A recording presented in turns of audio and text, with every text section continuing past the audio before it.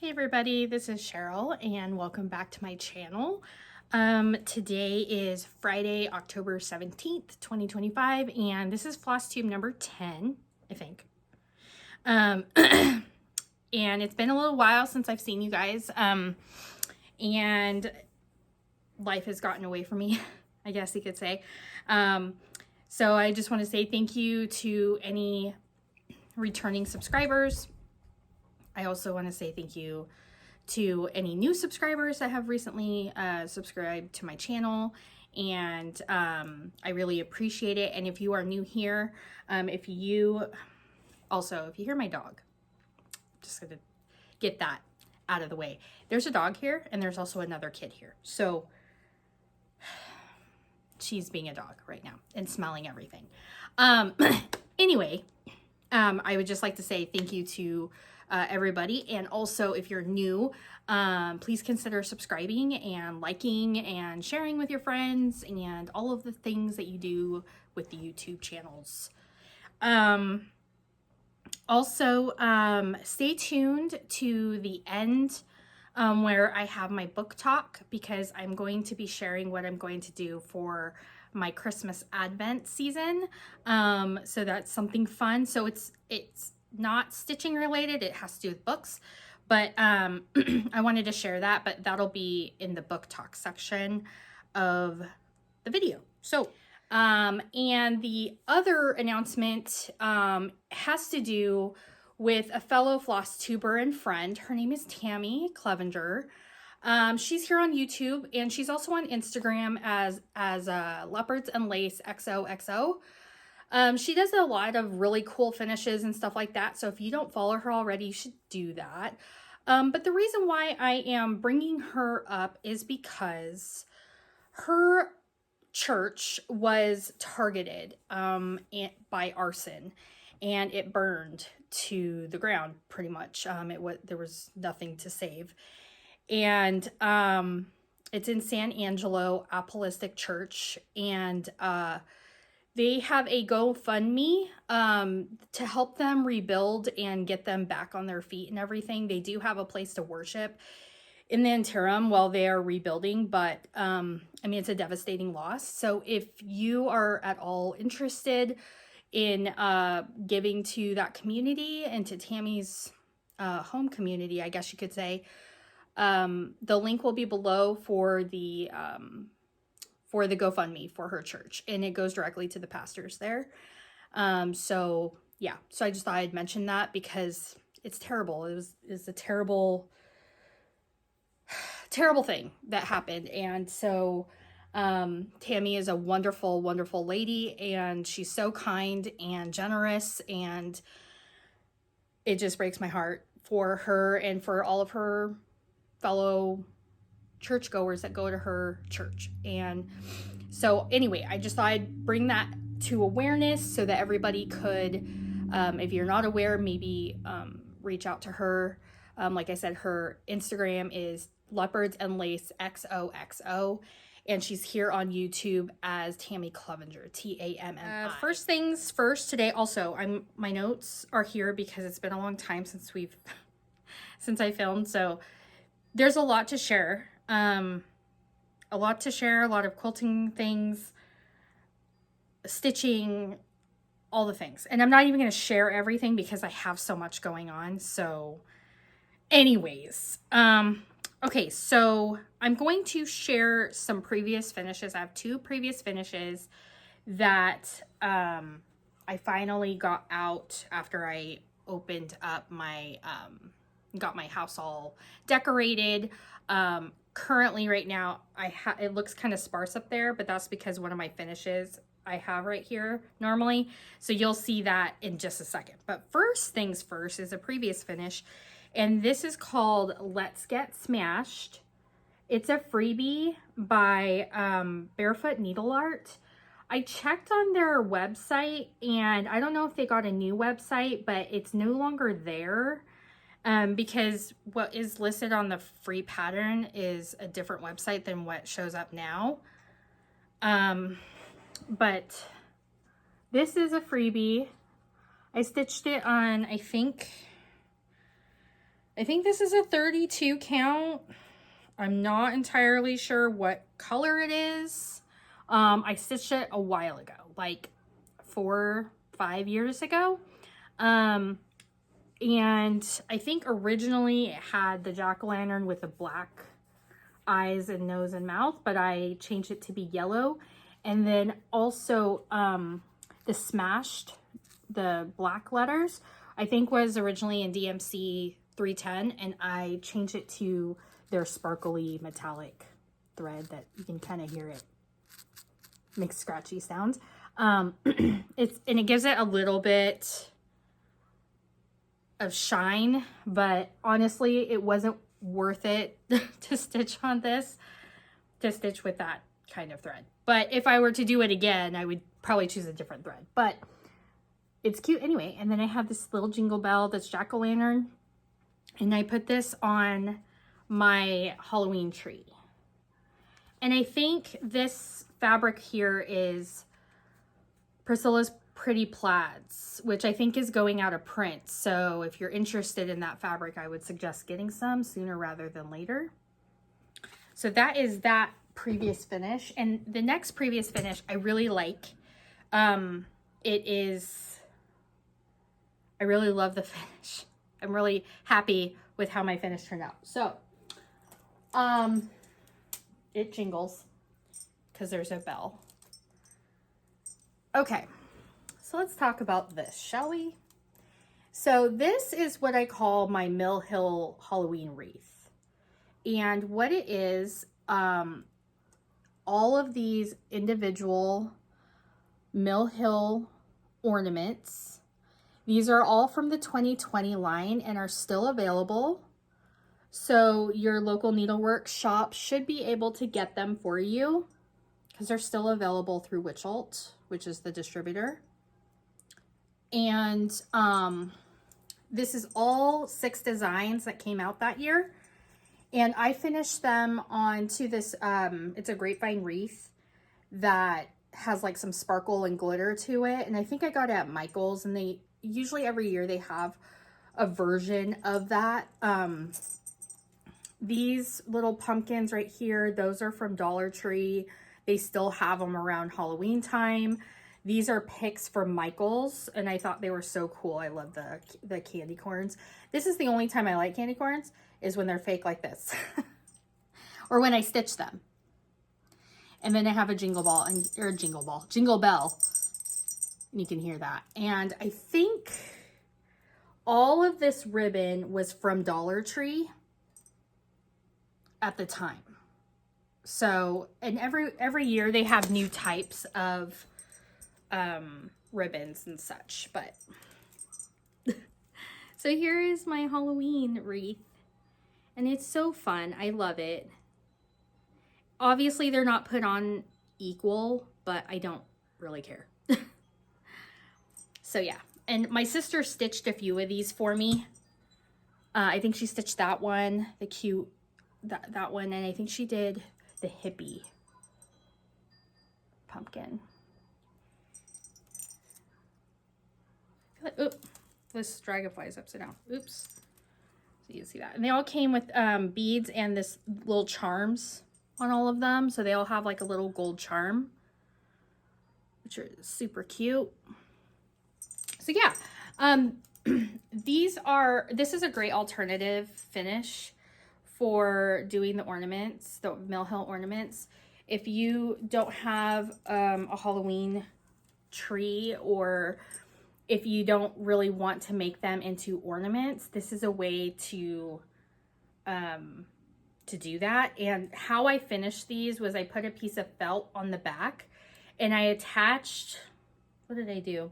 This was back in 2020. I finished them so that I could take these off and put them on a tree if I wanted, because they all have the hanger like it tells you to. I put all of the hangers on. Yes, I'm looking to make sure I'm not lying. Maybe that one doesn't have it, but I could very easily make one. Doesn't matter. So I just have like those little black pipe cleaners that you can buy like Dollar Tree or wherever. And I just attached it to the felt and then wove it through the wreath. And that's how I attached it. So you could do this with even like Christmas ones, you know, or spring or whatever, or like, you know how they have those cute Mill Hill ornaments that are eggs. Like that would be really cute on a wreath with like tulips or something. I don't know. It'd be super cute. Okay. And also, can we just take a second to talk about my sweater? eBay. And then on my, it has pumpkins on the wrist. Now this is way too big for me, but I don't care. It has candy corns and it has jewels all over it. I love it. Anyways, okay. So now, so those are all my previous finishes. So now I'm going to talk about my current finishes. So I don't have any cross stitch finishes, but I did finish this finally. In my last video, I was talking about the buttermilk basin sewing machine that I was trying to figure out how to finish it and all that business. Well, I decided that I was going to finish it on that blackboard. I bought some spray paint, painted it black, and then I just was like, okay, I'm going to just make it work. And then I didn't buy, the only thing I bought was the paint. Everything else that is on here is stuff I already purchased this year or I already had in my decorations. So this is how it looks. So it's obviously a big finish, but the stitched piece is big too. So like we've seen this already, but like, so what I did was I took some ribbon and I ripped some fabric and took some other ribbon and stars and stuff from my grandma's sewing box. So I have these buttons all in these spools that I hot glued on. Everything's hot glued, so I could always take it off if I want to. And then these pumpkins are actually clips that came from Dollar Tree, and I just clipped them onto the ribbon, and I used real pins and stuck it in there so it looked like a pin cushion, like, you know, the tomato pin cushion, but it's a pumpkin one. So it's so cute. And then these scissors are real. I sacrificed a pair of scissors because I felt like it wasn't complete without scissors. Because, you know, we have like the witch scissors right here. So I felt like it needed the scissors. So yeah. So that is that current finish. And I'm going to pause so I can set it down. Okay. So now I have two finishes. One of them I actually finished before my last video, but I forgot to show it to you. So I'm going to show it to you now. This is a reverse applique sweater or sweatshirt. So like, you know, back in the 90s when everyone had like reverse applique t-shirts. So I've already washed this a few times and worn it a few times. And I had never done it before, so this was a complete experiment. So I just used some flannel and I put some t-shirt interfacing on the back of it so it would stabilize it. And I did some embroideries for the vines. But obviously it's a pumpkin, if you couldn't tell. But yeah, so it turned out pretty cute. I figured out from this what to do next time so that it would turn out the way I wanted it to, but I thought this would be a good option for like Thanksgiving time. Like I don't have any fall sweatshirts type thing for like lounging. And then I decided that I really wanted, once I figured out that I could do that and it wasn't that hard, I went ahead and was thinking about, okay, well, what about a Halloween one? So I came up with this. It's a ghost. And these sweatshirts are super cheap. They were like, it was $15 or something. It was from Walmart. It's the Time and True brand. And they wash really well. They're very knitty. You know what I mean? Like they're that kind of a sweatshirt. But this is what it looks like. And I added a cute bow out of ribbon. It's like a velvet ribbon. So yeah, and this took me like 30 minutes. I did hand stitch down around the outside. So that's done with a pearl cotton. A DMC pearl cotton is what I used to stitch it down. So I didn't have to get out my other machine that has a removable table, you know, because when you're sewing clothes, you kind of need to be able to wrangle, you know what I mean? So anyways, so that's this one. So I can wear it now. I love it. It's so cute. I think this fabric is from poppy cotton. I think. If I'm wrong, I'll put it here on the screen. And I think it's still available in quilt shops. So you can still find the fabric, I think. Okay, so, all right, well now I need to pause again because I need to get all my whips, so hang on. Okie dokie. So, let's see, quilt whips. So I have technically 3 quilt whips. I've talked to you guys about the modern prairie quilt that I'm making, and I made some more progress on that, but the blocks are now in rows and I have them in an order.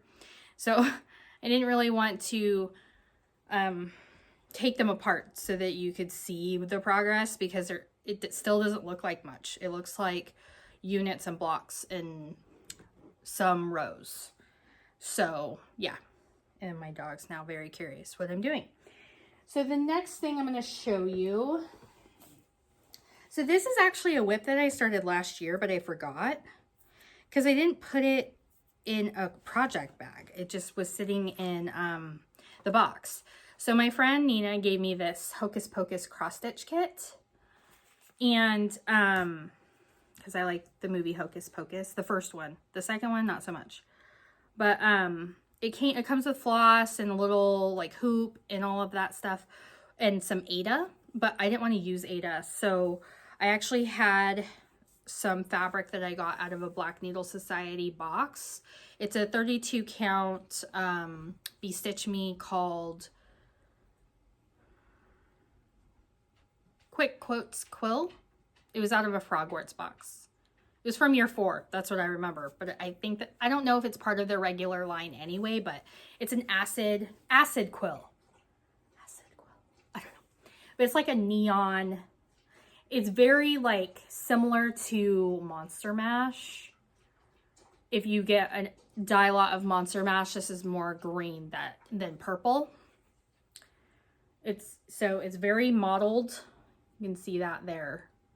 And so this book, the cross stitch kit book, comes with a bunch of different patterns in it, which I can't show you because of the way that they are. But like, this is the one I'm stitching right now. It's Amok, Amok, Amok. So I started that and then I picked it back up randomly. And I finished the word and started the next Amok. So I think I worked on that for a day. Eventually I'll get them done and put them on my Christmas tree, my Halloween tree. And let's see. So I went to a quilt retreat in September, and it's a quilt retreat that is really,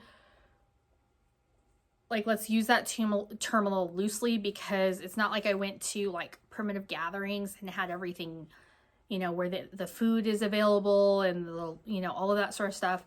It's really just a group of friends that rents out a gathering hall, and we sew for 4 days. And we have like a meal plan committee, and everyone is responsible for bringing a part of a dish, kind of a thing, or cooking something. So, and then we all clean up after. So it's kind of like just a bunch of friends that get together, and that's up, like going north in Idaho. And it's a bunch of my friends that I care about a lot. So my friend Risa and we drove up together because we're both part of that community. of quilters up there. But anyways, while I was there, I worked on the Modern Prairie quilt, and then I switched gears and I picked up this quilt called Dinosaurs by Elizabeth Hartman. And she switched from Robert Kaufman over to Moda. So that makes me so excited. And I'm going to put a picture up here of this new quilt that she's doing. It's just everything that I just love it. And it's done out of Bella Solids, so the kit won't be crazy expensive. So I'm very much looking forward to making that quilt. I think it'll be super fun. But this quilt has actually been a long time whip. I started it in 2021, 2020, I don't remember. But it's for my oldest son who just had he started to be a teenager, and I asked him, I'm like, do you still want this? And he said yes. So otherwise I don't know how much more I would have worked on it. I might have just maybe abandoned it. I don't know. This particular quilt she has a rating system for her patterns. So if you go to elizabethhartman.com, I think that's her website. If you go there, she has a list of all of her patterns that are available, and she has them listed by level, and it goes 1 through 5. So like 1 is easy, 5 is hard, right? And this is the first one I've ever done of hers. No, I did one other. I did Sweater Weather. That's a bunch of weenie dogs, but I only did 1 block. But this one is a level 5. And is definitely a level 5. So the last time I showed this was actually on my other channel that I had with Jeanette, and I had worked on the Stegosaurus blocks, and I had finished those. But I decided I had almost everything cut out already. Some of the blocks, I have them separated by block type. The background wasn't cut, so I had to do that. But these are they're big. So these are the Stegosaurus blocks. And it's the same block 6 times. So you'll notice that it's kind of like a gradient colorway, like a rainbow. So it goes like red, orange, yellow, green, blue. But then it has like variants of color, right? So I have this is the blue Stegosaurus. And obviously my piecing is not perfect. I cut this and started sewing it a while ago before I got better at piecing. So this one's not too bad. So that's the Stegosaurus blocks. The next one that I worked on while I was at retreat was all of the Triceratops blocks. So what I decided to do, how I attacked this quilt, because this is a lot, okay? I picked the most complicated block and I worked down so that it was easy to complete as I went along. Does that make sense? So like the Stegosaurus, this one is it's a lot of pieces, it's harder, and you have to make sure that you have all of your ducks in a row, lots of labeling. I use those little stickers that you use for garage sales, that's what I use to label my pieces. I don't use Alphabetes or any of those because they just fall off. And Lori Holt makes some, but I just found that it's easier for me to just write what I need. And then they're cheaper. Chipper chicken. So here are all of the Triceratops blocks. They're so cute. And I bartered with a friend to make 2 of these in different colors for her granddaughters in exchange for some 1960s Christmas glassware. I was like, yeah, I'll do that. So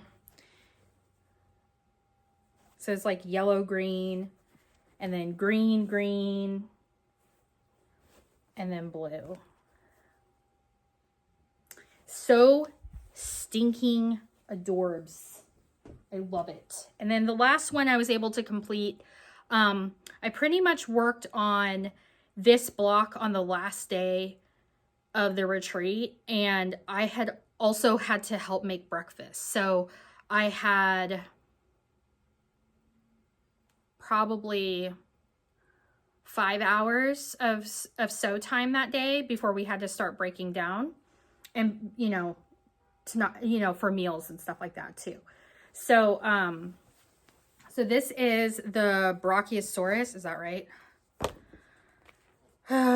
Braining.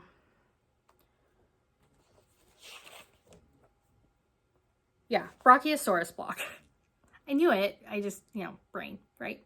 So this is a long block, but if you turn it this way, they're about the same size as like the other blocks. They're just turned.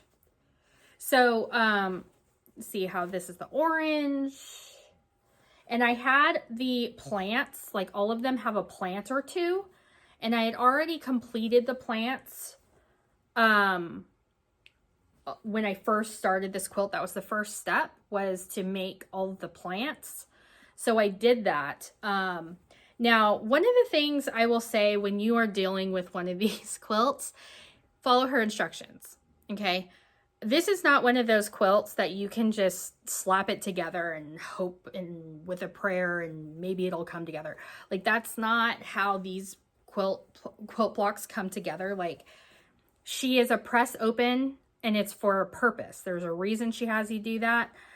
So if you're not a press open person or you hate the idea of pressing open, then I would probably skip these patterns, because your long arm quilter will hate you with all the bulk, because there's so many pieces in one spot. So like this one, the Brachiosaurus, like look at all the pieces and the overlapping, like, and the eye is like 3/4 of an inch. So you can see, like, there's a lot of piecing, okay? And also, like, there's a lot of stuff in here, like, especially when you're making the mouths. Like this part right here. Trust the process. Trust what she says. This lady she's been around the moon a few times, or around the sun a few times, and she knows how to make these patterns. And she does them a specific way for a reason. And so my recommendation is to go, if you like these quilts, if you like the way they look, she does offer smaller options, like a small one.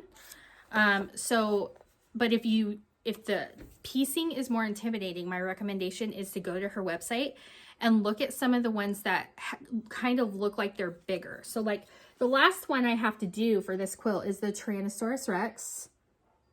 Big head, little arms. So that one is a lot of chunks of fabric. So there's not as much piecing in this block. So it's not going to take as much time for me to actually finish those blocks. I just need to cut the background fabric out because that is not completed yet. But yeah, so this is a quilt that I would recommend for someone who is more than a confident beginner. So I would say like, you know, in the middle of the road, like you have some experience, you've done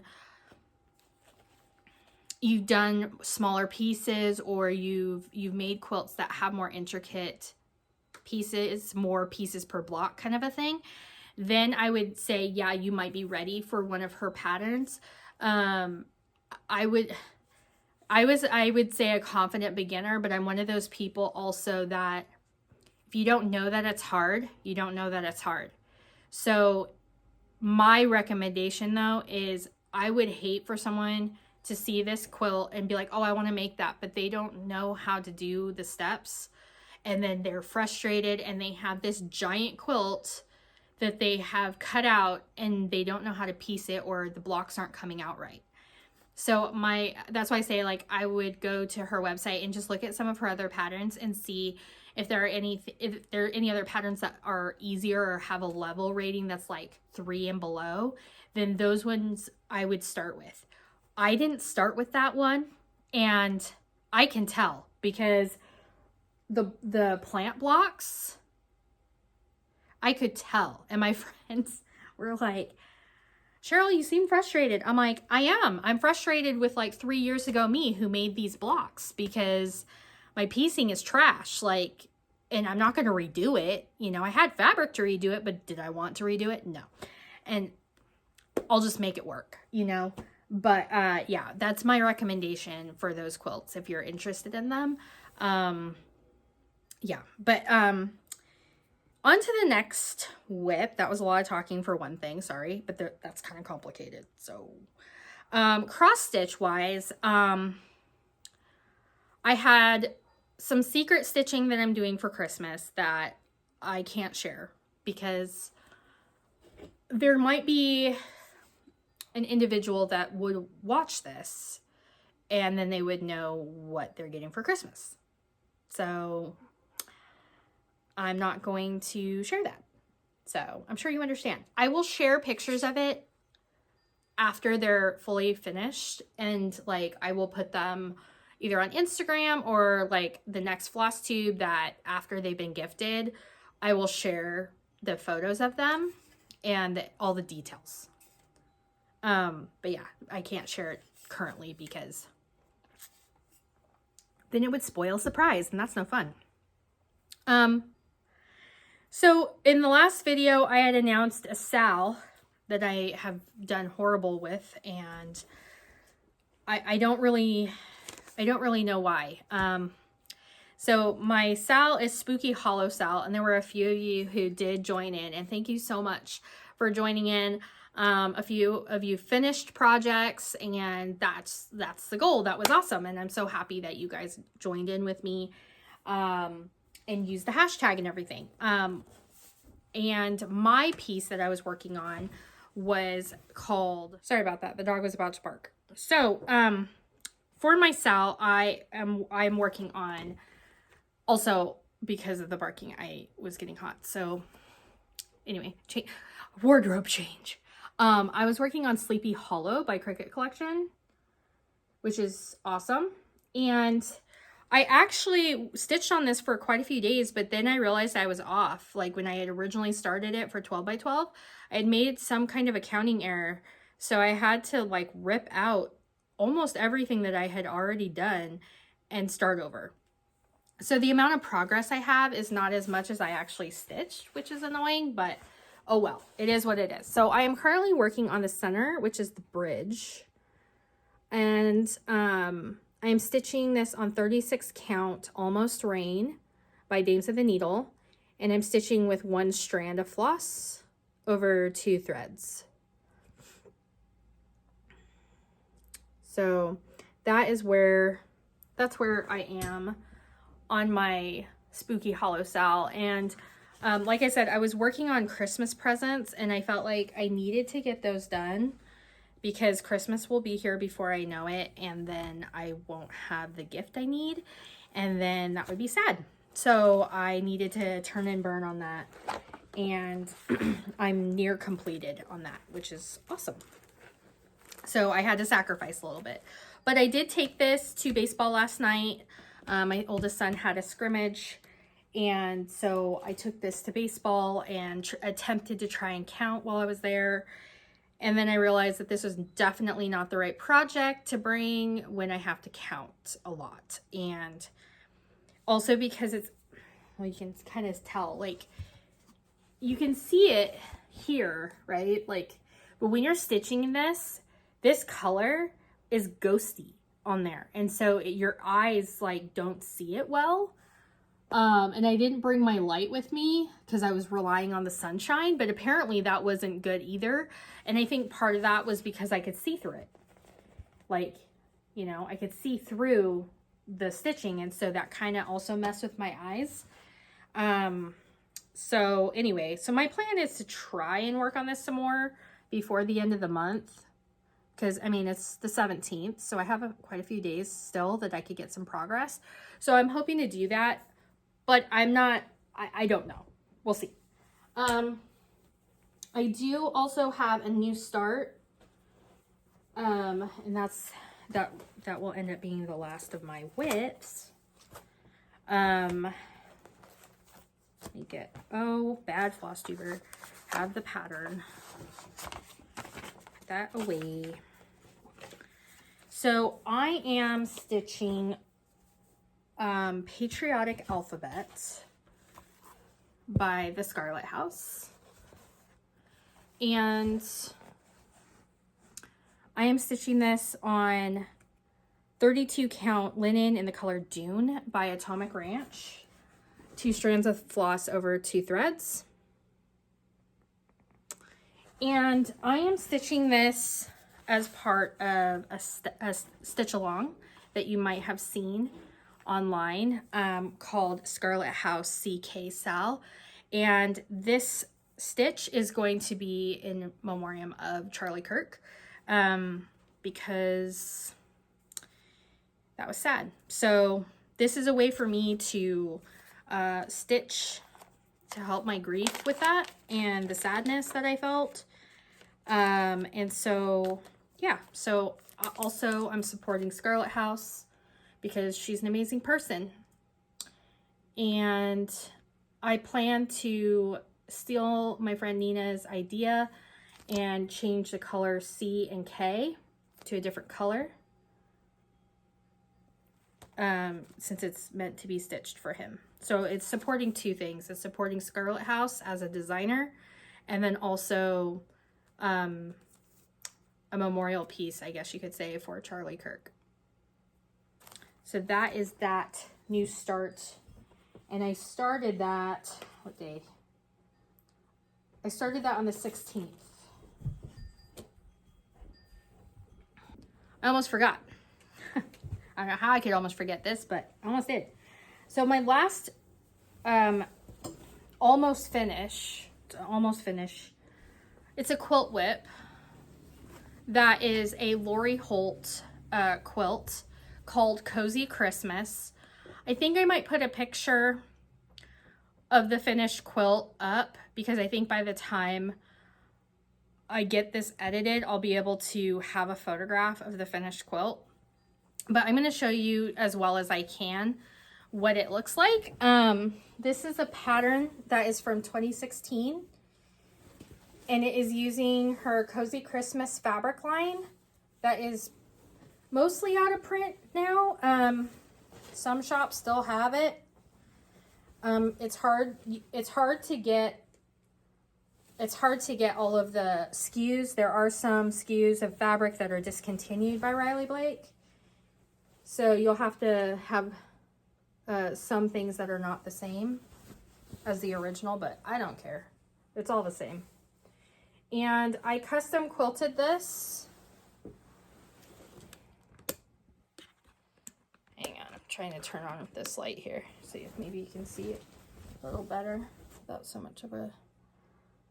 We're getting into those daylight savings situations, right? So I custom quilted each block on my long arm, and I did a piano key border, and then I elected to do a scallop border for the binding, and I knew in advance I was going to do that. So when I cut out my binding fabric, which this is the called for binding fabric, I cut it on the bias so it looked like a candy cane. Like, isn't that so cute? So a lot of these blocks are going to have buttons on them that I have to add still. So that's why I say, hopefully I'll be able to get a picture up of this. And I'll probably post it on Instagram in more detail. And then the backing fabric is one of her text prints that she does. And it's actually for, it's recipes of gingerbread cookies. And, yeah, gingerbread, what is it? Cookies.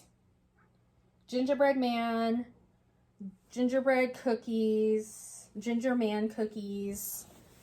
Yeah. So, and it's the same fabric that is in this, that's right here in the sashing. And I have loved this quilt since I first started doing Lori Holt quilts, but it wasn't a quilt that was new, so I didn't think I could get it anymore, but I found a place that had it. So it was awesome. And I think I made the top, like I made all the blocks in a week, like the applique parts of the block. And then I pieced all the actual blocks and got the entire top done at the last retreat from last October with the same group of friends. So, and then I was supposed to quilt it last year, but I don't know what happened. I didn't quilt it. And so it just sort of sat there, not being quilted and not looking awesome.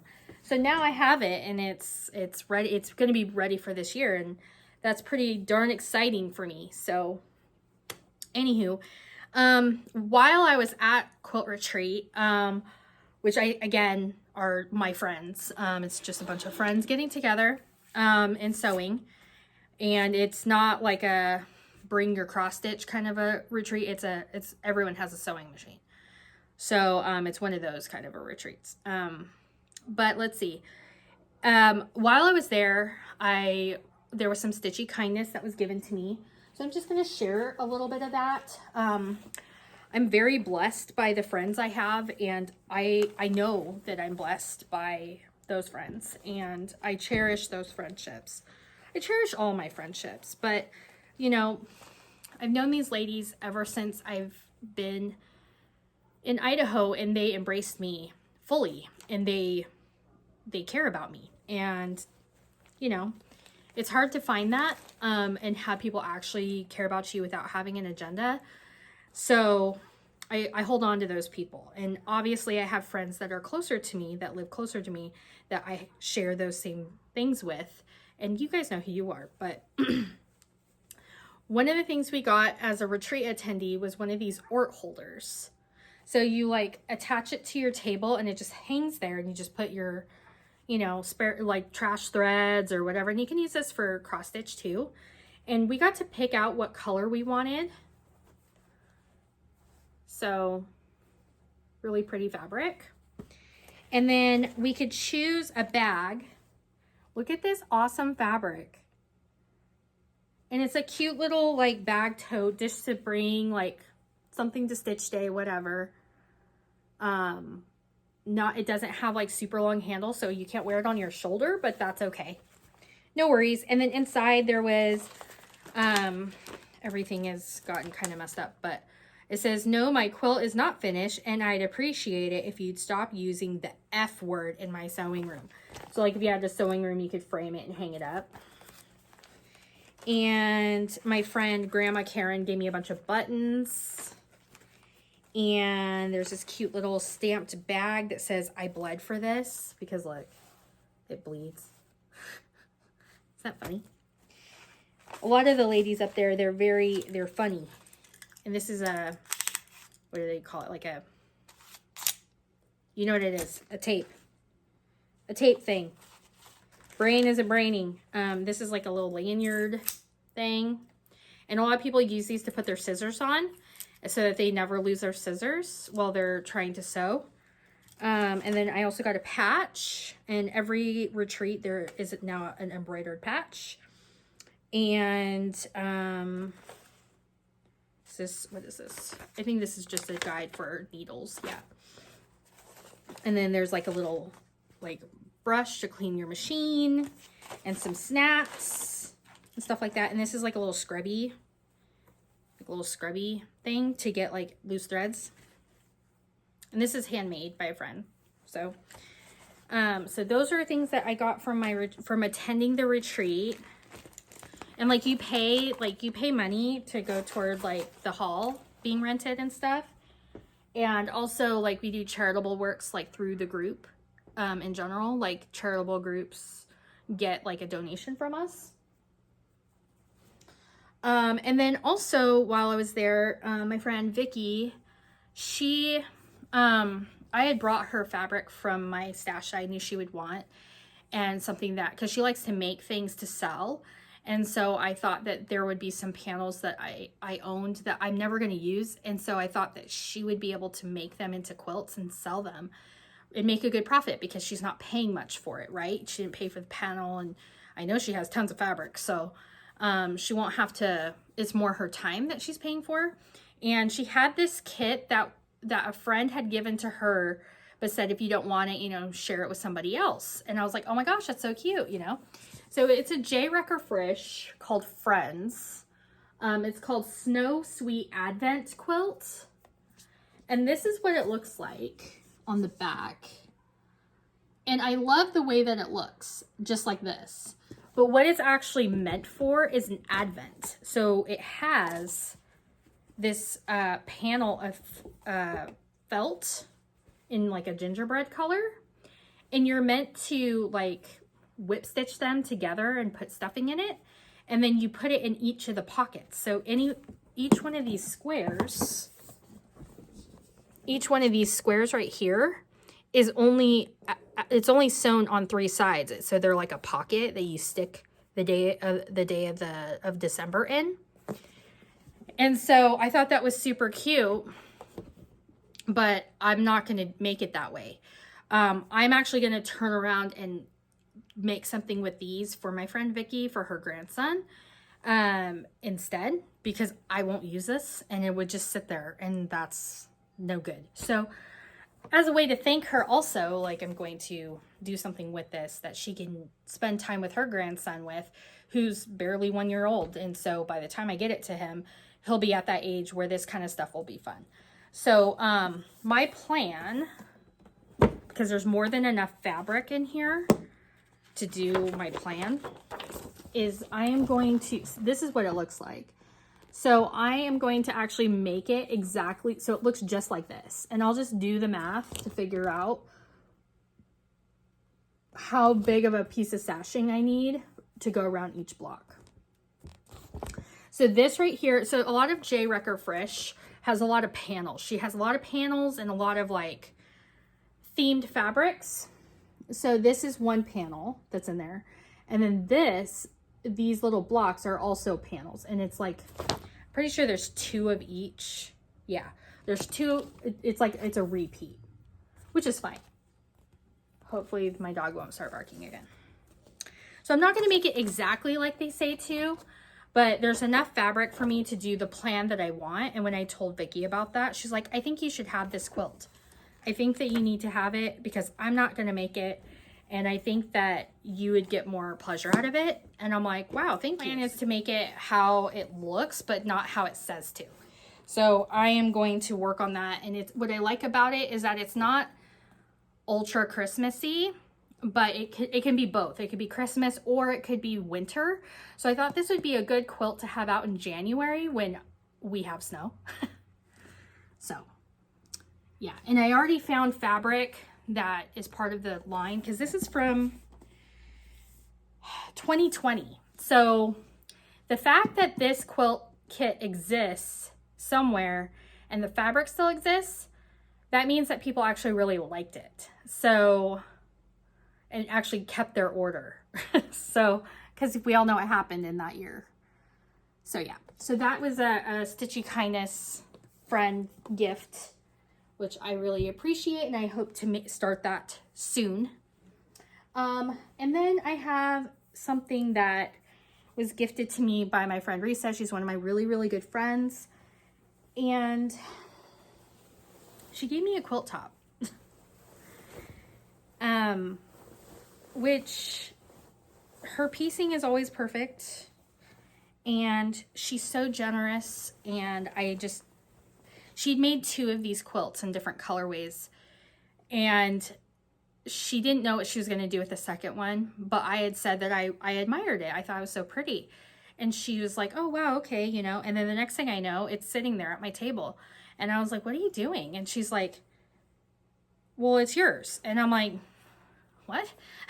She's like, you know, and we had a little discussion about why she wanted to give it to me. And yeah, so I said, I really, really, really appreciate this so much.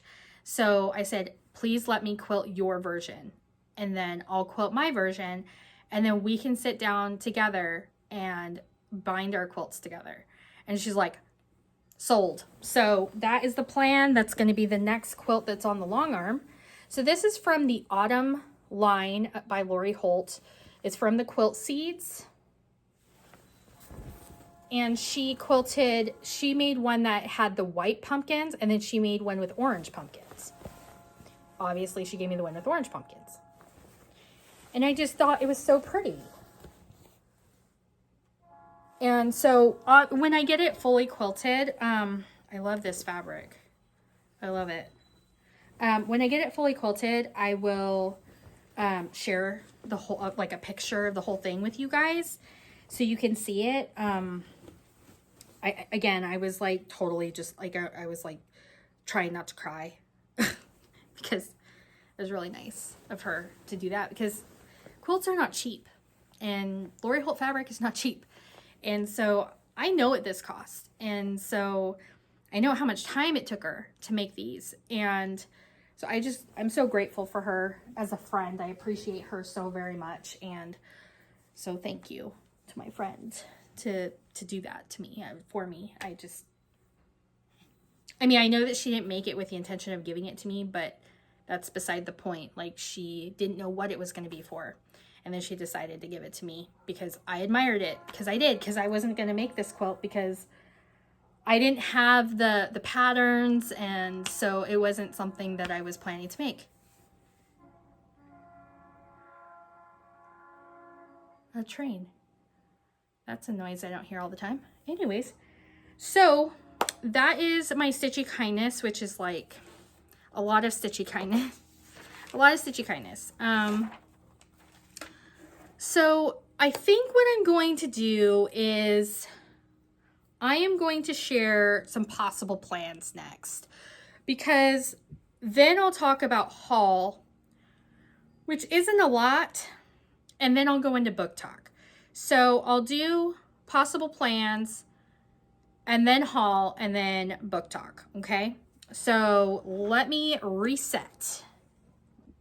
Okay. So possible plans. So it's the 17th of October and I'm not sure if I'm going to continue working on Sleepy Hollow or not, or if I am going to work on something different. If you remember a few videos back, I went to Shepherd's Bush and I kitted up a few things. So I was thinking that I might do something from that kit that I did. Like I have Salem Mini Moon, which is a small. And I also have Halloween Greetings by Blackbird Designs, which might be fun because I'm not changing the thread. I'm not changing the thread. I'm just getting the new thread on the needle, you know? So, I'm not sure. I'm kind of trying to not make all these plans because I find that when I make plans, I end up not wanting to do it. I think that there are a lot of people who are totally goal oriented and they set a goal and they complete it. This year, I have not been like that. I have been more of like monogamous stitching until I don't want to stitch it anymore. And then I move on to something else. And so right now, what my mind is wanting to do is finish my quilt or my Christmas things that I'm wanting to do. And then I can focus on other things. So the only plan that I for sure have for the foreseeable future, if things will stop falling on me, is this. Again, a lot of these plans are up in the air. The only thing that's not up in the air is what I'm about to show you. So back in March during Market, this was a Market exclusive by Shakespeare's Peddler. It's called Joy, and it was using, what do you call it? Limited edition threads by Gentle Art. And I had done a giveaway and all the business, and a few of my friends have this pattern and the floss. So decided to start it mid-November. And I have 2 pieces of fabric I'm trying to decide on. It's totally washing out per usual. But I have, let's see. I have Cottage Stone and I have Old Stationery by Seraphim. Pretty sure it's Seraphim. It's not written down on the tag. But I think that's who makes that color. Anyways, so that is a for sure plan that I will be starting. And that's going to start, like I said, in mid-November with some friends to, you know, just start something. Because why not? And so that is one thing I have going. The other possible plans are mostly winter Christmas related.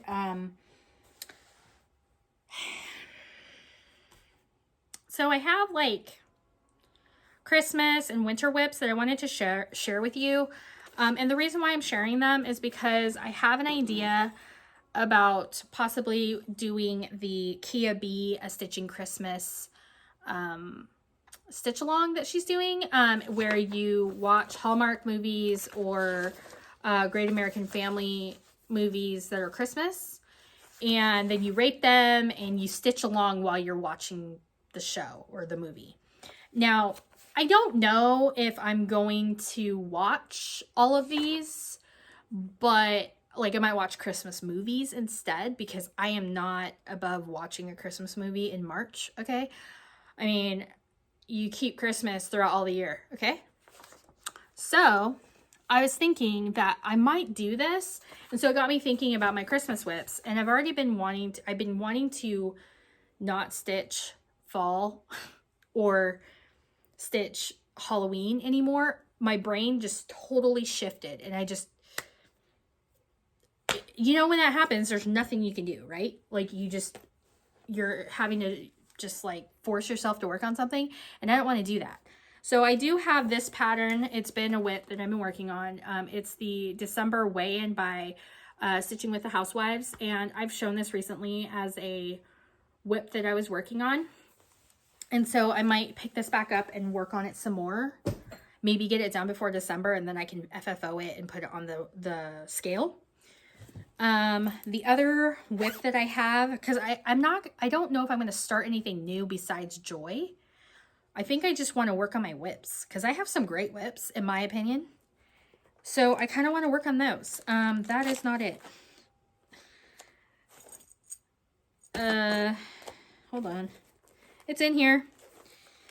Okay, so I am working on the ABCs by Little House, and I have the winter ABCs. These were gifted to me by my friend, Jeanette, because she is the best. And what fabric is this? That's right. It's 32 count linen in the color Icelandic blue, but I slapped it in some tea because it was too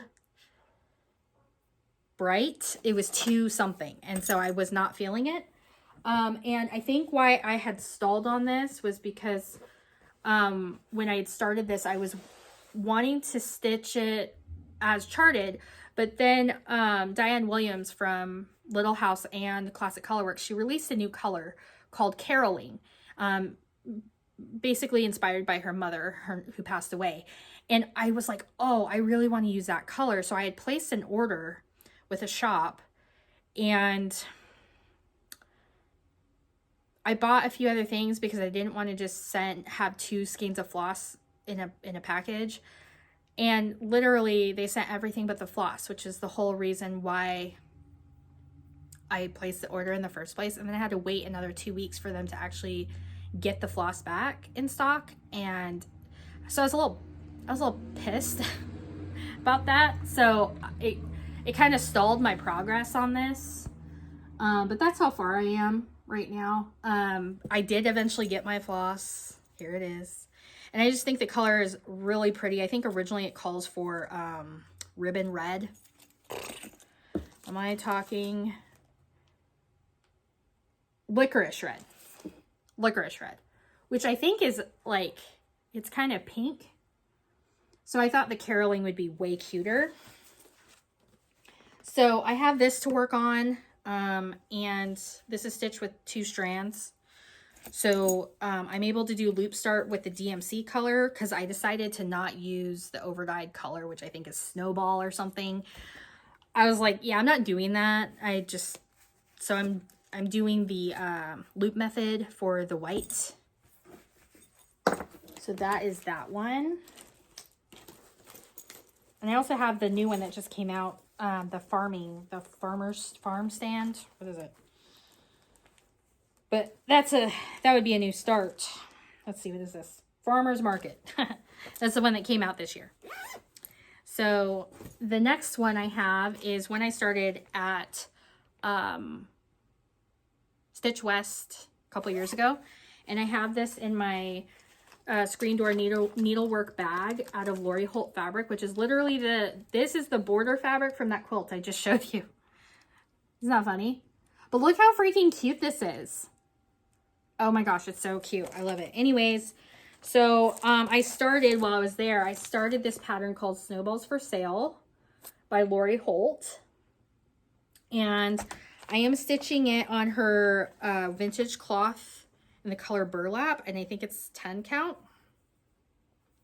I pulled it from some other pattern and I counted and it actually will fit, which is, it's just gonna be really tight.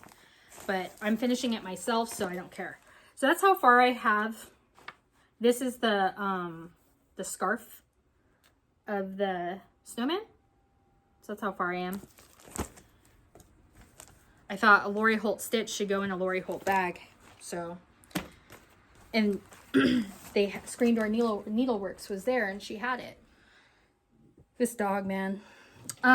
This next one is not technically a Christmas whip, but it's a whip that I have had in my whip pile for a long time and I need to get it done. It's a Dimension Gold Petite. One thing I will say about Dimension Gold Petites is they are, just because they're small doesn't mean that they don't have a lot of stitching. This thing is full coverage and there's back stitch and all sorts of stuff. So just know that going into it, and when you have Dimensions Gold, not just a regular Dimensions Gold definitely has more floss changes and stuff. It's called Geisha Beauty and it's from 2006. And this is how far I've got to, and I've been working on it steadily every year. And I usually work on it in January because I'll pick it up for 12 by 12 because she and I have spent many New Year's Eves together. It's lovely. I need to finish, there's two, so dumb. There's two stitches in her face, like right above her eye, that are not done. They're like right there. Okay, I need to finish those so I can do the back stitch on her face. Then you can like see her nose and stuff. And like I can finish her eyebrows. So it looks like eyebrows. Yeah, I just, you know how it is. But I got a lot of work done on it the last time I worked on it. So I kept it out for quite a while and worked on her. So I have this out because I might get a hankering to want to work on it. So there's that one. This is also, oh, I will talk about this with haul, actually. So this one is one that I am working on with friends called Winter Rose Manor with I Needle and Thread, Brenda Gervais. We've all seen this pattern. The new one, or the one that's a companion called Light of Winter, is gorgeous. And I hope to finish this one so I can stitch that one. Because she did like a little story about how they're like neighbors. And I'm like, well, now it makes me want to stitch both of them and have them both on the wall next to each other. Like now it's a thing and I have to do that. So I am stitching mine on 36 count Brenda's Brew by R&R. I am stitching this with one strand of floss over 2 threads. And I think I was stitching this in hand. I think that's what happened with this one. I was trying to figure out how to stitch in hand on linen. Because I stitch faster if I'm stitching in hand. In general, because I'm used to it from quilting, I'm just faster. And so I would like to get better at that. And this is my project to do that with. This one and the Winter ABCs by Little House Needleworks. I'm stitching both of these in hand to try and just get better at it and have more, whatever you call it, practice. Obviously, if I change my mind and I'm like, okay, I changed my mind and I want to do something else, then I will. But that's what I'm trying to do with this one. And I have this in a Bella Rose Needleworks bag. I think all of us who are stitching this together got a bag. Isn't that pretty? I love Jeanette's bags. Oh, look, another Jeanette bag. One of her best customers. Okay, so this is one that I am stitching with friends. I have a working copy. It is an out of print chart, so I apologize in advance. I know you can find it sometimes, but mine is a working copy from a friend. So this one is called, I need my board. It's called And To All a Good Night. It's a loose feathers pattern. Oh man, okay. Last year I was laying a lot of bricks and building a lot of houses last winter, because you'll see all the things that I started that were houses. So that's how far I've got to. What am I stitching this on? Sorry. I feel like it's hog bristle or something like that. I'm wrong. Duh. That's right. I remember now. So my friend Michelle gave me a piece of fabric because she's stitching this with me. It's called 36 Count Bee's Knees by Seraphim. Wow. I will say that this color is so pretty, and it is the bee's knees, and I love it. And I might have to get some more because I really, really like the color. It's very rich color palette. So that's the stitching.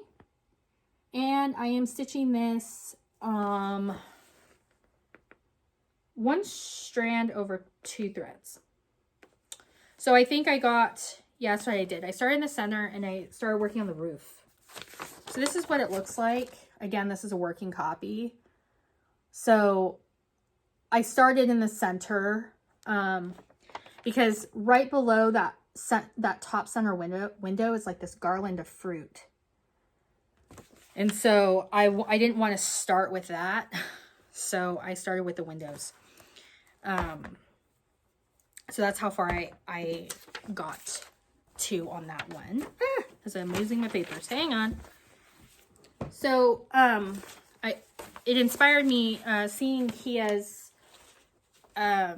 post. She did a story post a couple weeks ago, like a week ago. I don't know. Time's weird right now. Where she was talking about a stitching Christmas thing that she did last year for herself. And it was, of course, people love Kia B and everything she does. So everyone wants to do what she does. And if you don't know who Kia B is, Kia B Quilting on Instagram and I think YouTube, go check her out. She's an amazing person. I love watching her. I love her, the way she does things. She's a homeschooler. I don't know. She just seems like a kind individual, you know? This is in a bag from Jordan Tattoo Stitcher. Is that cute? Like little oven mitts. And this is a pattern kit that I got from Country Samplers. It's their exclusive from this last year. Now, what am I doing? Nope, that's the bottom. There we go. Okay, so I got the kit from Country Sampler in 36 count. And it is Comfort and Joy by Plum Street Samplers. And it's in the 36 count. And this was available the last time I checked, like a couple days ago. I went on there to see if they had any other kits I want. Because why not? Because I have to kit it anyways. So if someone else is going to kit it for me, like, okay, I'll do that. It's 36 count baked clay by Fox and Rabbit. That's the called for. So that's how far I got to. But last year I was focusing on another stitch, which I will show you pretty soon. So there's that one.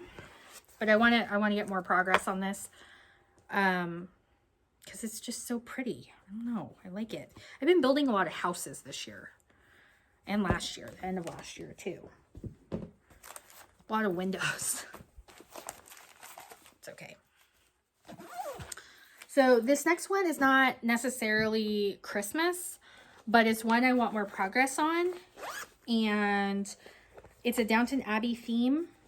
And to me, Downton Abbey is like, it has Christmas. And they have like Christmas specials. And I don't know. I don't know. It's a Forbidden Fiber Co. pattern. I don't know if it's available. I think it is, actually. And they have a new kit that is about Lady Mary. So this one is called Modern Tidings, and it's about Lady Sybil. Like, isn't that so pretty? And it's on 36 count linen in the color Countess by Forbidden Fiber Company. Oh, I'm stitching this 2/2 because when I started this, I was in this weird thing where I was wanting to stitch on 36 count with 2 strands. So I got to finish it because I have plenty started on this, but that's how far I've got to. So I'd like to finish more, maybe get her hair done. Because I have the top border thing done, that top piece. I have a lot of Forbidden Fiber Co. in my stash. And I have all of the kits by them that are Downton Abbey, except for the Lady Mary one, which is the problem. Excuse me. And I think the next one that I would start after this is the Tom Branson one, so that Sybil and Tom can be together forever. Now, if they do they did the Lady Mary one, which I haven't seen what it looks like yet because it hasn't shipped. I think it ships today, the 17th. I think that's when they were going to start shipping them. Anyways, doesn't matter. But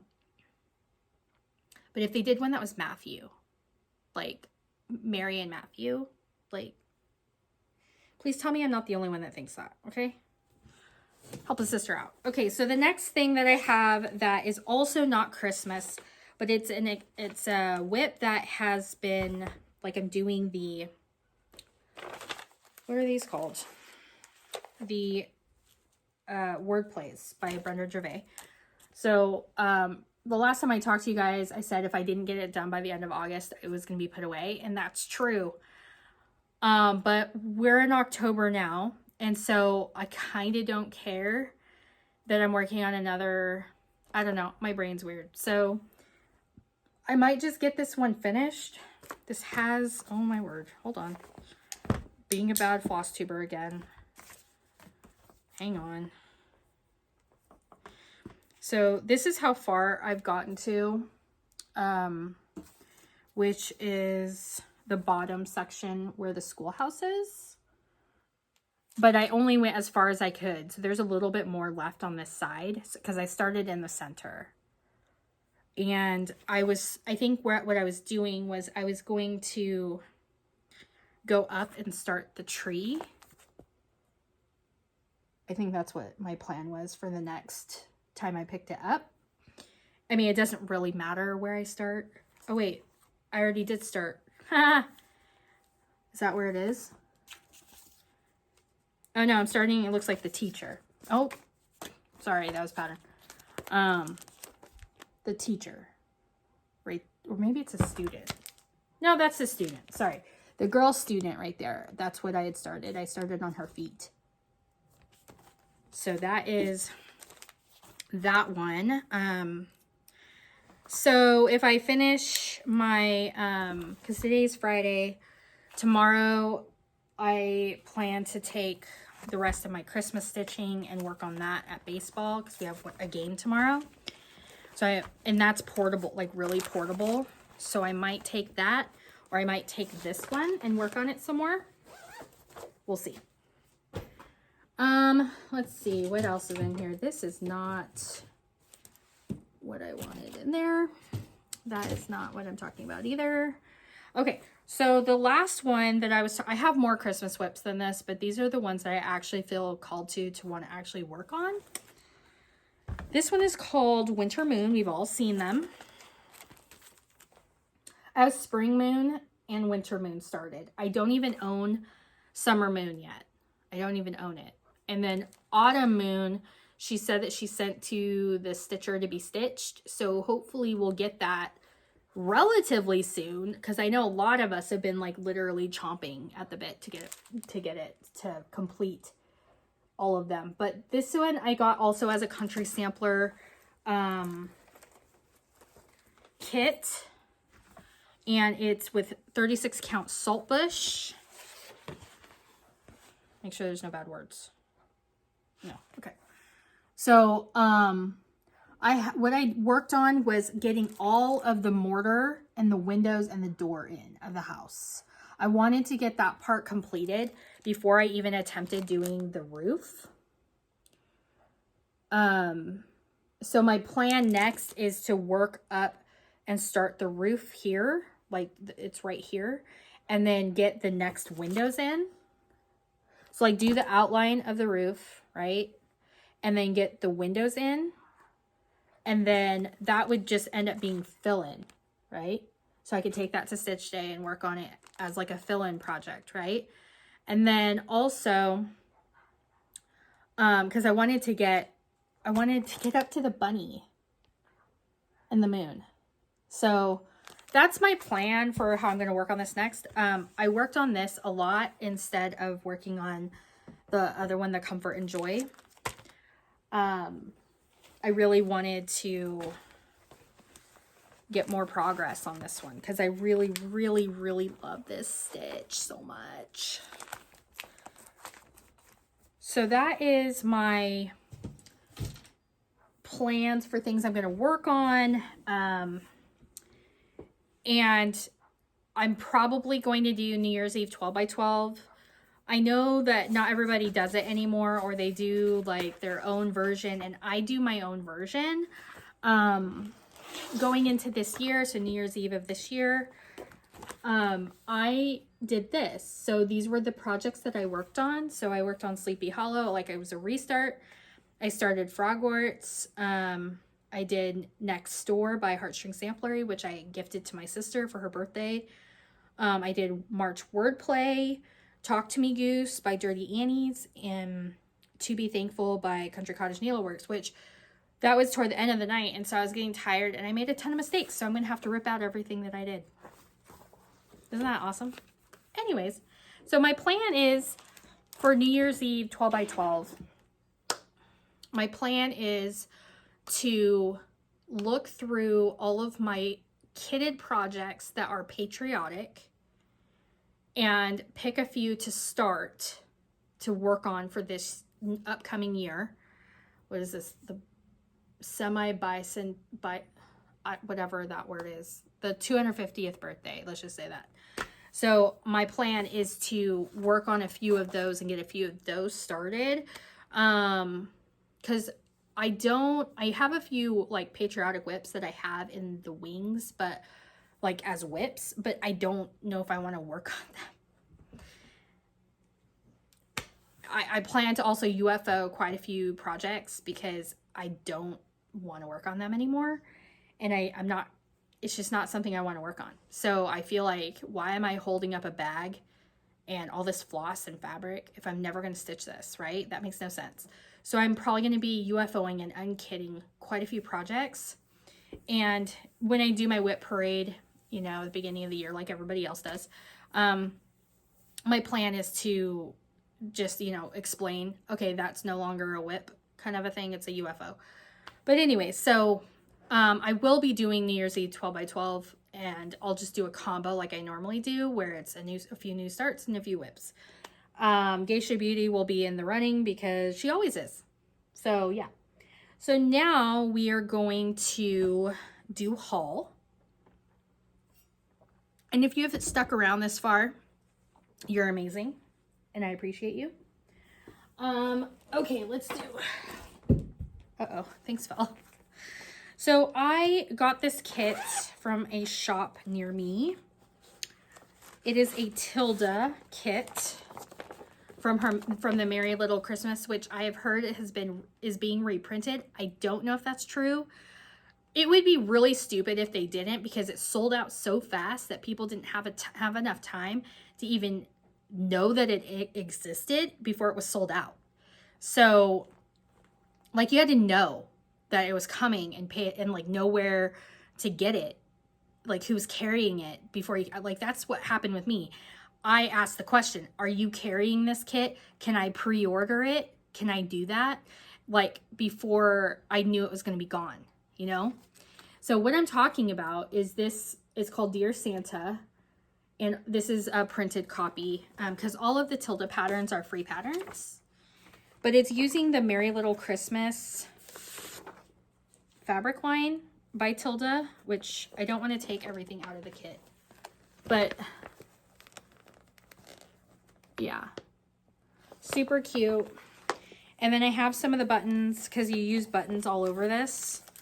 And then I bought a few of the actual buttons that go with it, but they had 2 sizes of buttons and the shop didn't have them. And I bought the last 2 sets of buttons they owned or they had for sale. So yeah, I don't know. I'm probably just going to find some buttons that will work and just plug them in places and put the tilde ones in a few spots also, because it's a lot. It's a lot of money, like the button packs. The button packs alone are like, to get the amount that you need, I think it's like $98 for all of the button packs. That's crazy for just buttons. No. So I bought the amount that I bought and that's all I'm going to buy. And the rest are going to just be regular buttons that are like pinky red. Okay. Hang on. Everything's falling. Hold on. Okay. So I bought the recent issue of Just Cross Stitch magazine. I thought this cover pattern was so pretty. I love the colors and I thought that it was really simple. And if you didn't want to stitch the alphabet, you could just stop it right there. That would be super cute. But there's all kinds of pretty patterns in here. Stitch Crypt, I think, has one. There's a few. Oh, I thought this Halloween one was cute because they always have a Halloween and a Christmas stitch now in all of the magazines. Thought that one was really cute. X Free Stitch.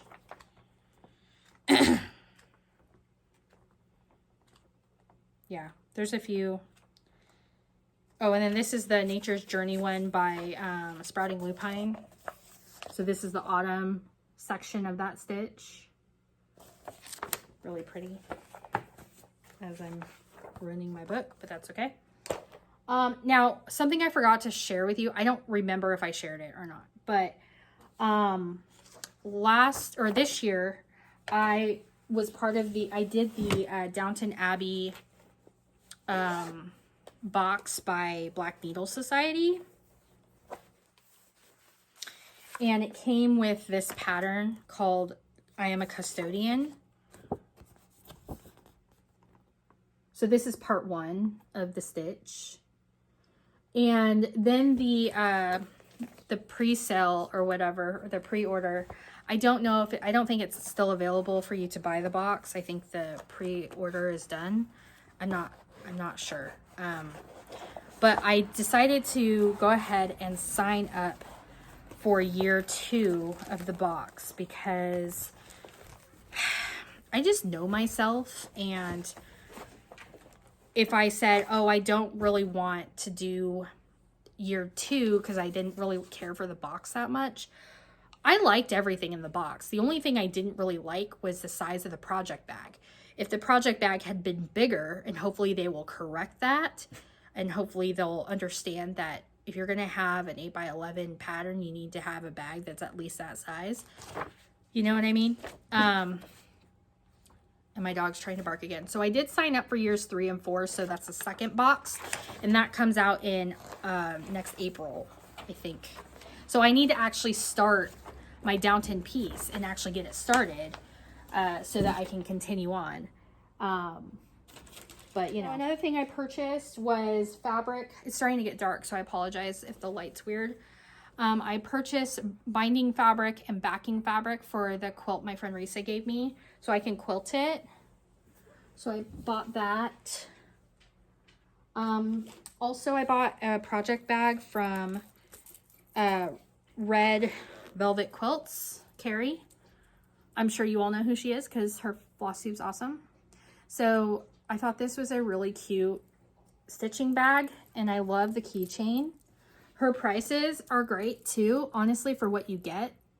And she included a little thing of tea inside, and she was just super nice to work with, and her craftsmanship was really amazing as well. And so if you have an opportunity to buy one of her bags and you like the way it looks, I would recommend doing that because they're really nice, and she does good work, so I recommend it.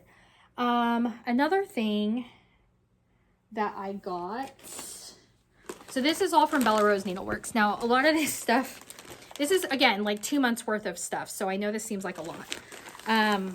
But although it's probably not as much as I've purchased in the past. So let's just be honest with ourselves, shall we?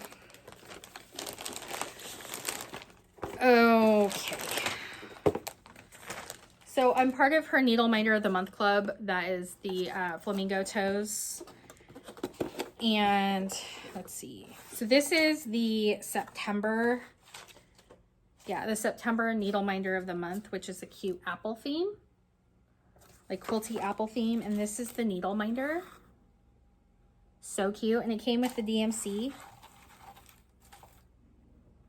So I'll just like make a little kit out of these and put it in with my kits and put the Needle Minder up there. So that's the September. The October is so freaking cute. Look at that ghost.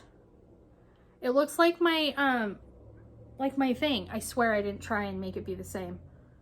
I think everybody just likes ghosties that are cute. And it came with the DMC floss, which is like in with the little fluffy stuff.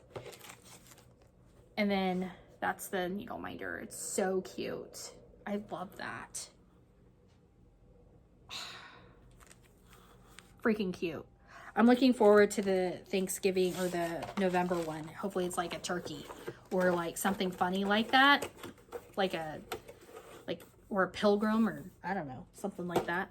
That'd be kind of fun. Okay, I'm gonna just show you a few different things because I recently paid off my bill so she could mail me stuff. She gave me a gift with purchase, which is awesome.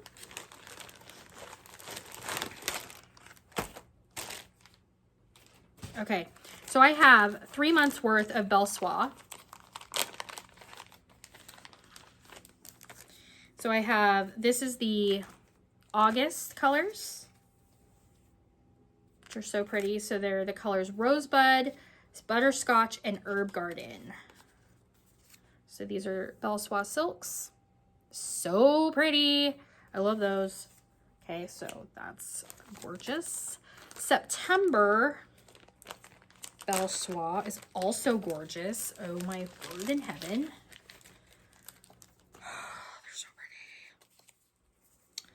So what do we have? We have Poison Apple, Pumpkin Carriage, and Maple Leaf.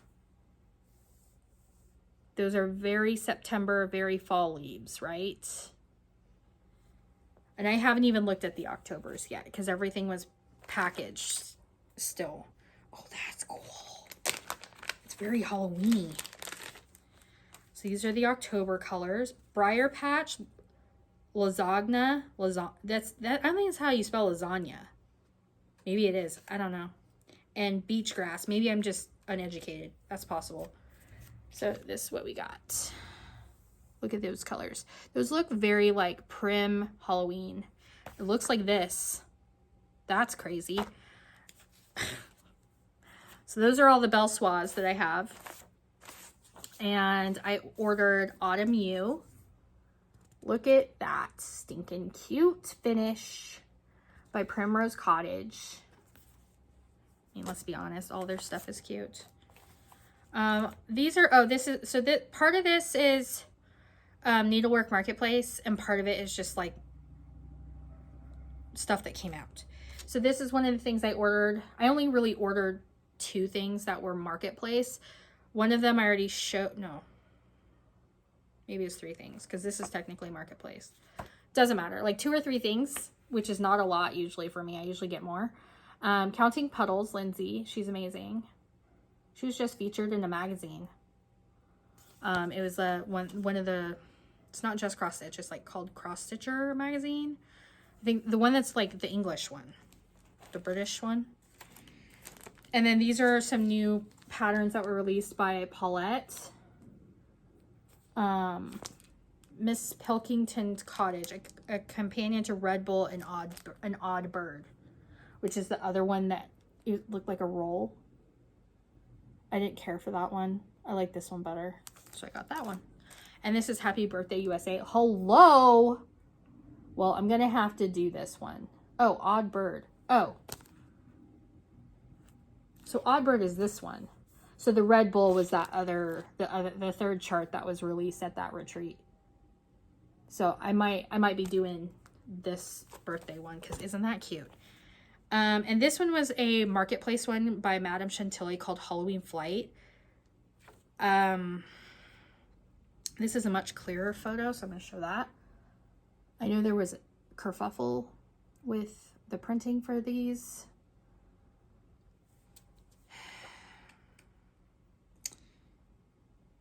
I think something happened with these. I'm not entirely sure. So anyway, so that one's really cute. I think maybe this year or next year I'll kit this one up to actually stitch it because it's really cute. Look at the cat hanging on for dear life. That's hilarious. So there's that one. And then Jeanette was offering kits and what do you call it? Like, not kits, but like floss packs with all of the pearl cotton for Murder in the Garden by Hands On Design, which is a giant pumpkin. It's part of her BAP series, Big Amazing Produce.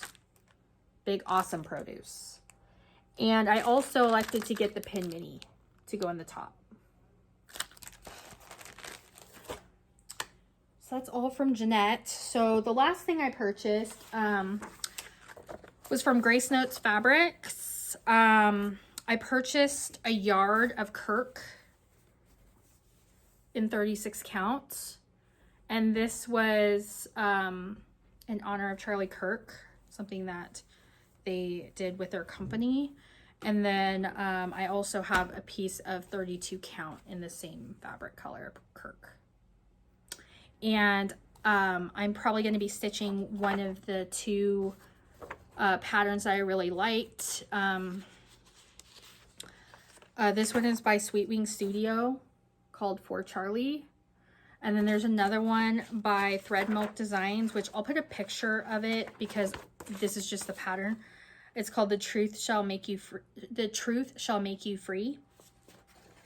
And that was a free pattern that Thread Milk did to go on this fabric.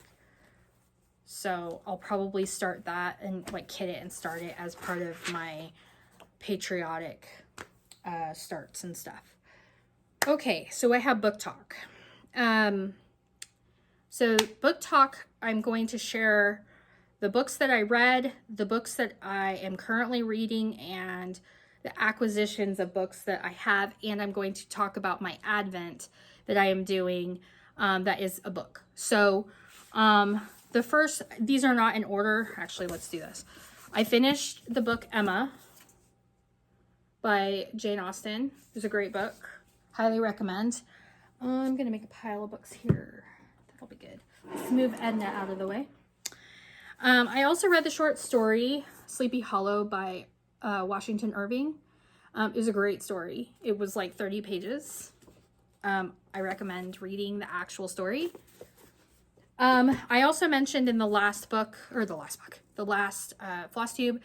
that I was going to be reading the spell book of Katrina Van Tessel. I started reading it and I got about like 75 pages into it, and then there was spice. So I didn't feel, I like had to skip ahead, and it was like, you know, where you're skimming but you still see words.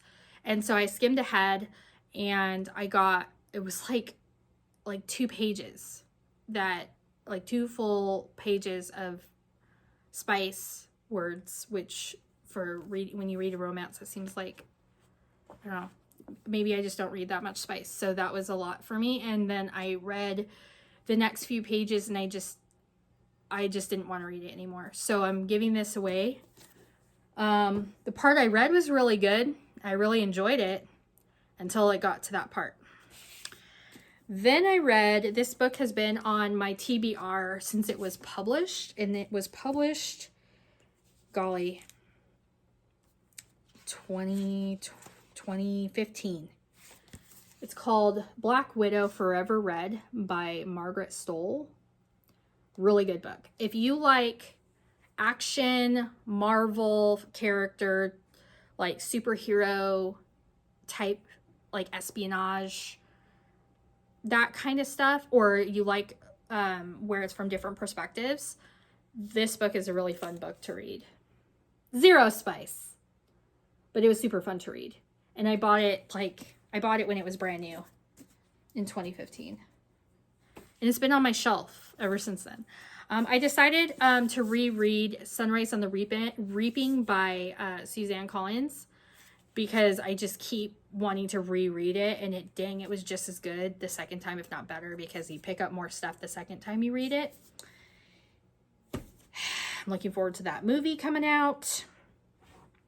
And my current read that I am reading when I am not reading the next book I'm talking about is The Antique Hunter's Guide to Murder by C.L. Miller. And there is a sequel. So far, I'm really liking this book. I'm not that far. I'm 40 pages in, but so far a lot of it I like a whodunit. So if I like it, then I'll get the next one. And then my current Bible study, which takes up part of my time, is 12 Extraordinary Women by John MacArthur. And I am currently in the study of Mary, Jesus's mom. And I am doing this as a companion. It's the workbook.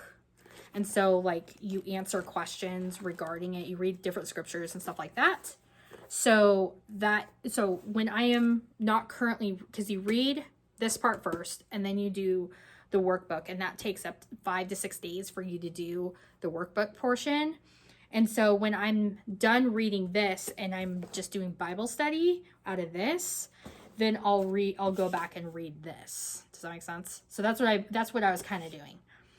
So I'm kind of going back and forth. And also just to read it, like reading to read it, this book is really nice if you're a Christian and you want to learn more about women in the Bible, even like Old Testament women, that, and like this thread and stuff that I didn't know about certain people in the Bible, like stuff I didn't know about Eve specifically. I learned a lot, and I had a pretty good Bible study with that was the chapter 1. It starts at the beginning. So I highly recommend this book. And there's another one called Parables that I really want to get. And there's one called 12 Ordinary Men, which is about the disciples. So I'm interested in getting that. This is in the new purchases section, I guess. So this is a new Bible that I purchased. It's by the Daily Grace Co. And it is a journaling Bible. It is, so let me show you what I mean by that. It's an ESV version, like translation. So the English Standard Version. And let me show you what I mean by journaling. Now, some people don't like the whole idea of writing in a Bible. And I'm not usually that kind of person, but I thought I would give it a go. And so this is when I did my Bible study on Hannah. So it has a whole section for you to write things. And one of the things that I purchased when I got this Bible, like, isn't it lovely? It's a beautiful like blue leather. And it has John 1:1 on the back. One of the things I did purchase also were their highlighters, because they're no bleed. So you can highlight your passages, and there's 2 tips. So if you like to annotate, even like regular books, but you don't want to like have your highlighters bleed through, these are really nice. I'm sure there's other brands out there, but I was already purchasing those. The other things that I purchased, or were purchased for me, was Agatha Christie, The Murder at the Vicarage, which is a Miss Marple book. It's the character Miss Marple. So there's Hercule Poirot, which is the Murder on the Murder on the Orient Express character. And then there's Miss Marple. So I wanted to read one of the characters, a different character from Hercule Poirot.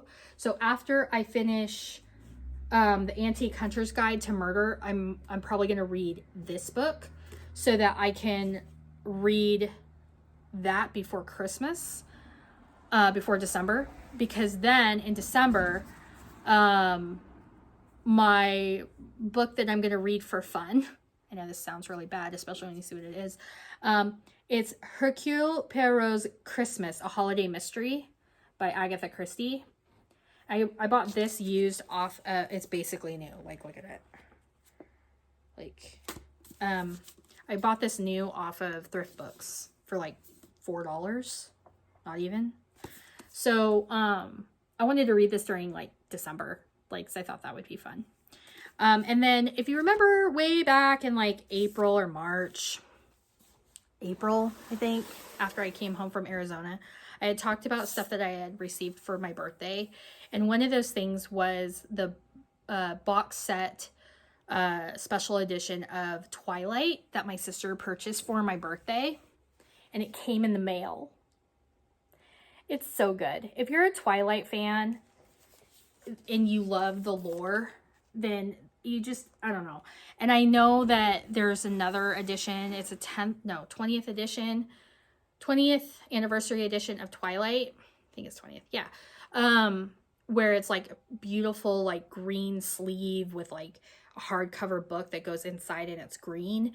And then like the sprayed edges, you manipulate them like this and it shows Bella, and then you manipulate it like this and it shows Edward. So freaking cool. And then I saw somewhere, I think it was on Books A Million, there's going to be a New Moon one. So that's what I thought. So that one's, I'm going to have to buy both. I am not one of those people that cares if I don't mind having more than one edition of a book. Because if I did, I would only have one edition or one type of Harry Potter. And I clearly have more than one Harry Potter set. So, those are my books that I purchased and reading and all the business. And really quickly, I just want to tell you about my Advent 2025 plans. I purchased my Bible from the Daily Grace Co. And what that company does, I'm not affiliated with them. I'm just sharing with you. And it's something that I'm going to encourage everyone to do in some form this season. Is I purchased their Christmas Advent. I did that last year as well, and I really enjoyed it. And this year they sent a free bag when I purchased at the time during launch week. And for my kids, I purchased this cute Advent, that fell down. It's this cute Advent pocket. And you can do lots of different things with this. You could put candy or money or whatever in it. But I decided to make it more meaningful and have it be the reason for the season. Sorry for the crinkles. And they have these little adventure ornaments where it starts with day 1 and it's the word hope. And it has like a little message that you say about Jesus. And then, so you have all of these in the pocket already before December 1st. You put it in there. Excuse me. Or whatever the first day of Advent is. This year, the first day of Advent is on November 30th. So I would have an extra one up here for November 30th. And then starting November 1st, they would take it out and there's going to be a hanger that you can put on, the kids can put on the Christmas tree. And that way there's like a message about Jesus Christ on there. And so I'm looking forward to doing that with my kids. My kids really do enjoy Advents. We love Advents. We do Lego. We've done different types of Advents. I have a wool one that I got from a friend that I made. Yeah, so that's going to be for my kids. For my teen, I asked him if he was interested, and we read the guide. It's a 4-week study guide, and he decided that he wanted to go ahead and do this. And so it's broken down by week. So it has, you know, week 1, and then it has week 2, week 3, week 4. And week 4 only goes to day 5 because of when Christmas falls, because it goes through Christmas. And it gives you suggestions, things you might need to have on hand when you're reading through the Advent, different attributes of God, things like that. So if you have a teen in your life that you think might be interested in this, this is unisex. So boy or girl, this would work for both because it has information that applies to teens in general. So I thought my son would like this, and he seemed genuinely excited about it and wanted to do it. So I purchased this for him, and it has specific themes based off of the Advent. So Advent has 4 weeks. So we have hope, we have peace, joy, and love, which is the 4 attributes of the Advent. So that's the teen one. And then the one I'm doing, and a few of my friends are doing as well, this is the adult version, and there is for women, and then they have one for men too. So if you and your significant other want to do the Advent together as a couple, then they have an option for men, which is awesome because how it's written is going to be written toward a male audience and not toward a woman audience. So that'll make it more relatable, and they'll get more out of it if it's the right type of Advent for them. Hope that makes sense. So this one is called Awaking Wonder. And it says, experiencing the nearness of Jesus. And so me with a few friends, we decided that we were going to go ahead and do this together. And it's broken down the same way as the teen one, where it has week 1, week 2, week 3, week 4. And day 7 is usually like a rest day, like a reflection day, like Sunday, because, you know, you go to church or whatever.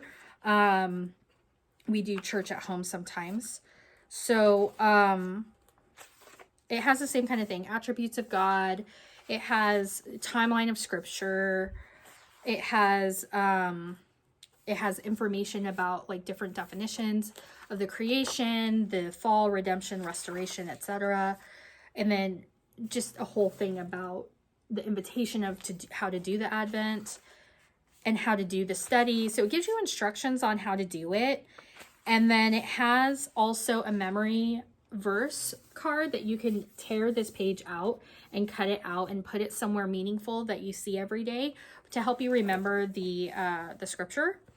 And so the Advent calendar is broken down by week, and it tells you what you're going to be studying and why, and how, for example, the name or the word hope, like what that means, and that's what is the focus for that particular week, focusing on hope with Jesus or through Jesus. And so it's just broken down that way. And they encourage you to have an Advent candle lighting every Sunday when you are picking up the scripture to discuss it or to talk about it, you know, through your study. It offers you the option to do that. I have yet to find an Advent wreath that I really like. There's one that actually Daily Grace Co. had this year, but it sold out so fast that I wasn't able to get it. It was so sad because it was like a beautiful wood one that had the 4 attributes on each side, and then it had a big enough space in the center to have a Jesus candle, which is the white candle. I have the Advent candles already. I already have them, so I might use the one I already own, the Advent ring that I own, and just do it anyway, you know. So this is something I'm doing in the month of December, starting November 30th and through Christmas, and this is meant to help me slow down in the busiest season, right? But to remember what the season is about and why we are celebrating and how it can make me better, right? and bringing me closer to God and helping me on my faith journey. So this is something that if you are interested or you're new to, you're a new believer, this is something that I would recommend to you to get you learning how, because it'll tell you, read this scripture and this is what it can mean.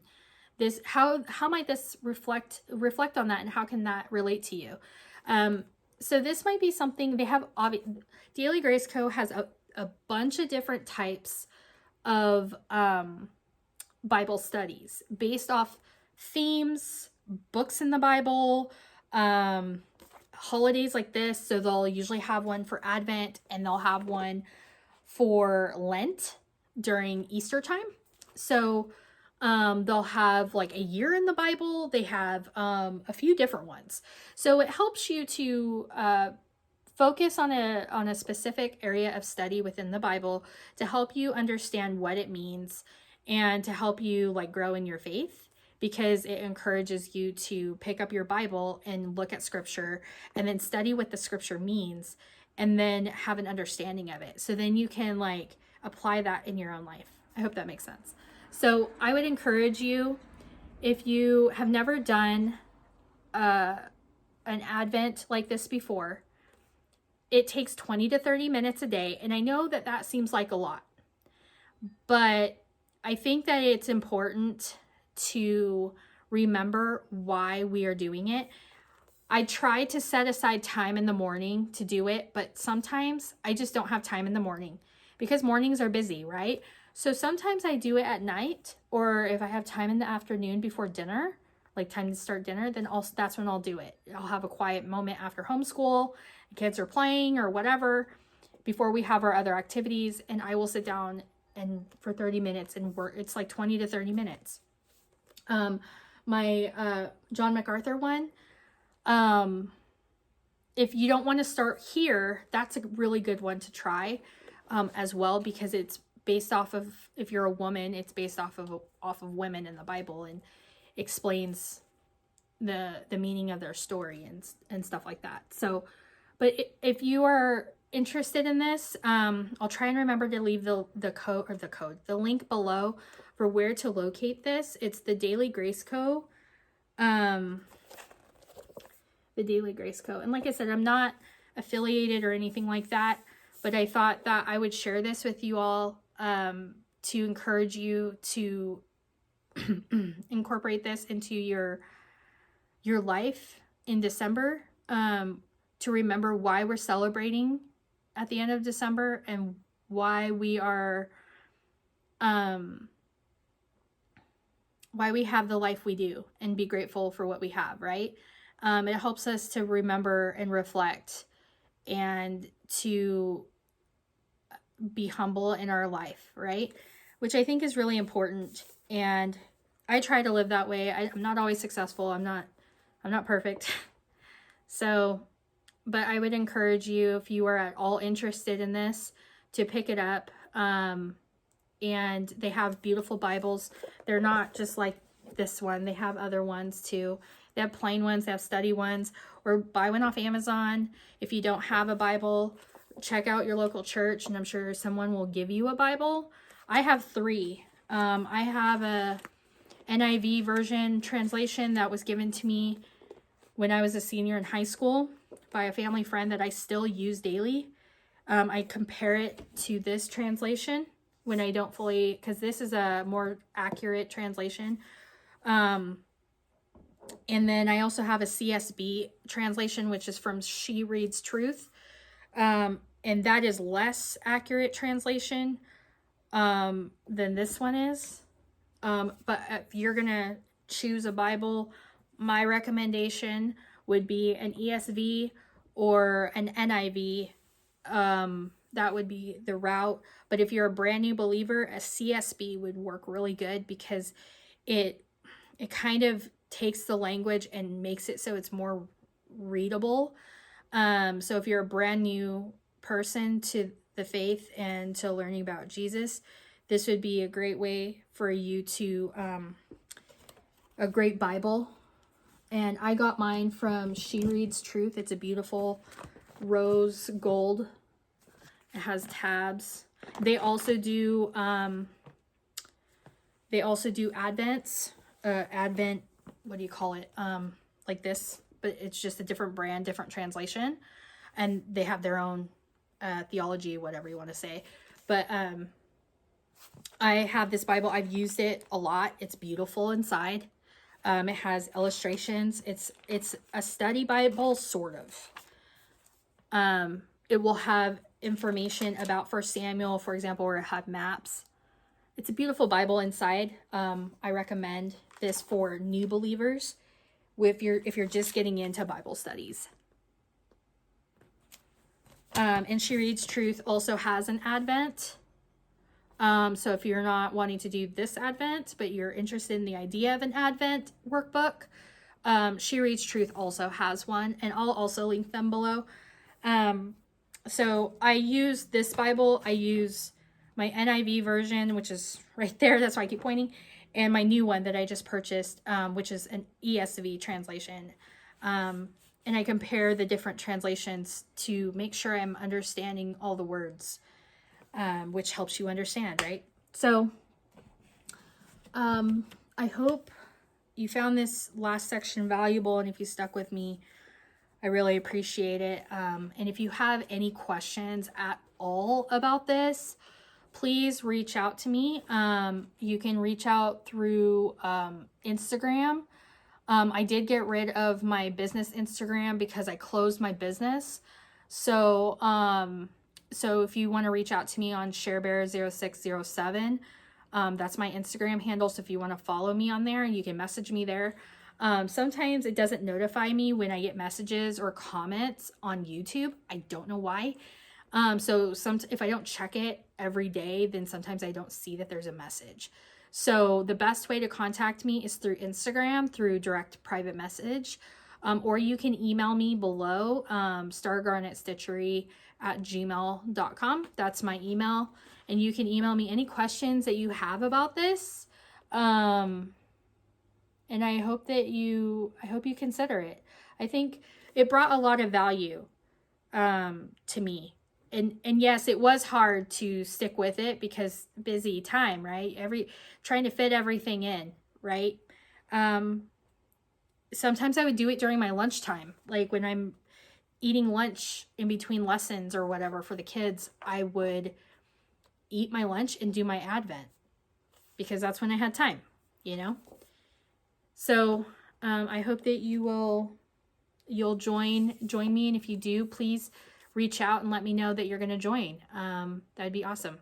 And let me know what you guys are stitching. And I appreciate you guys sticking with me this long. And happy stitching. And God bless all of you guys. Thank you so much. Bye.